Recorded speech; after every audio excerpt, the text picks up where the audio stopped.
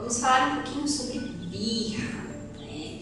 Quando a gente pensa na birra, a gente já pensa, é o mau comportamento da criança, né? É a criança que está se jogando no chão, que está gritando, que não está fazendo aquilo que a gente está solicitando. E culturalmente, a gente sempre aborda a birra ou o mau comportamento, a questão da criança desobediente, né? Isso já vem culturalmente lá de trás de uma crença de que achar que todas as crianças têm que obedecer.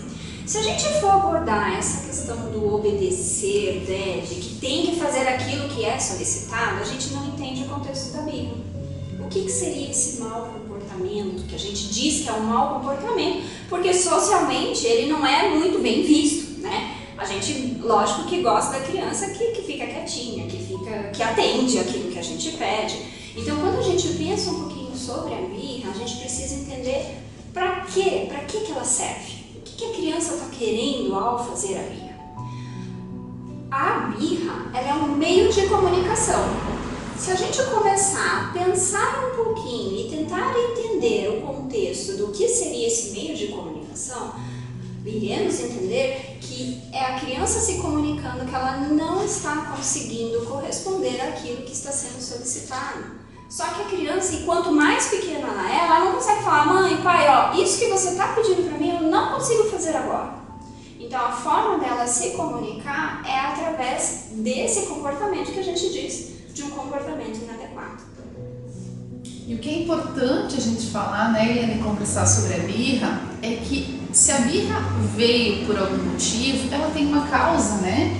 Ela não vem do nada, ela não surge como algo, eu vou fazer uma birra programada. Não, ela vem por algum desconforto, então algo não está certo e nós precisamos entender que a birra nem sempre é um confronto com o adulto.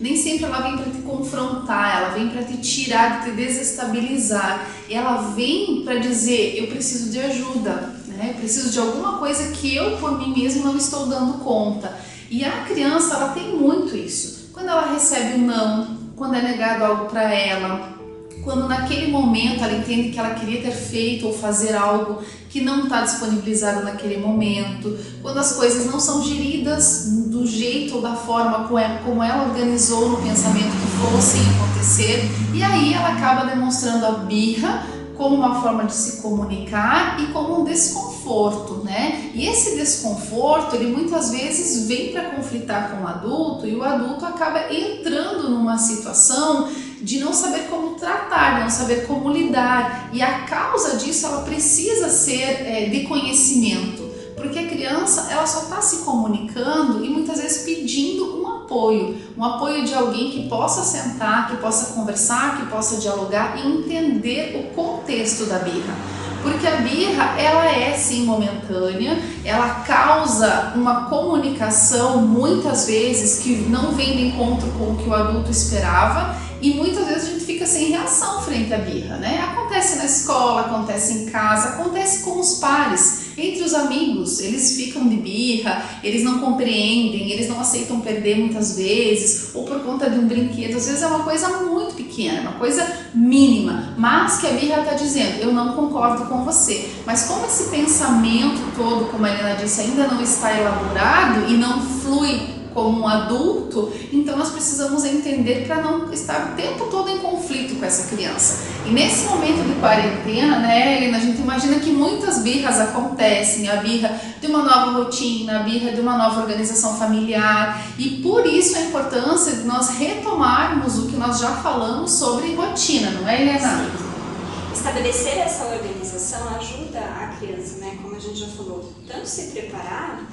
e dar um tempo também, que quando acontecer a birra, é um tempo que a gente chama de autorregulação. O que seria essa autorregulação? É o tempo que a criança tem para ela conseguir elaborar os sentimentos que estão aflorando, né, diante de uma frustração, de algo que eu não estou dando conta, até ela conseguir se comunicar efetivamente, falar o que está acontecendo, ela conseguir expressar, nomear aquele sentimento para aí dar conta daquilo que está sendo solicitado. Nesse contexto, o que é importante a gente prestar atenção, né? Tá, então quais seriam os passos de lidar com a birra?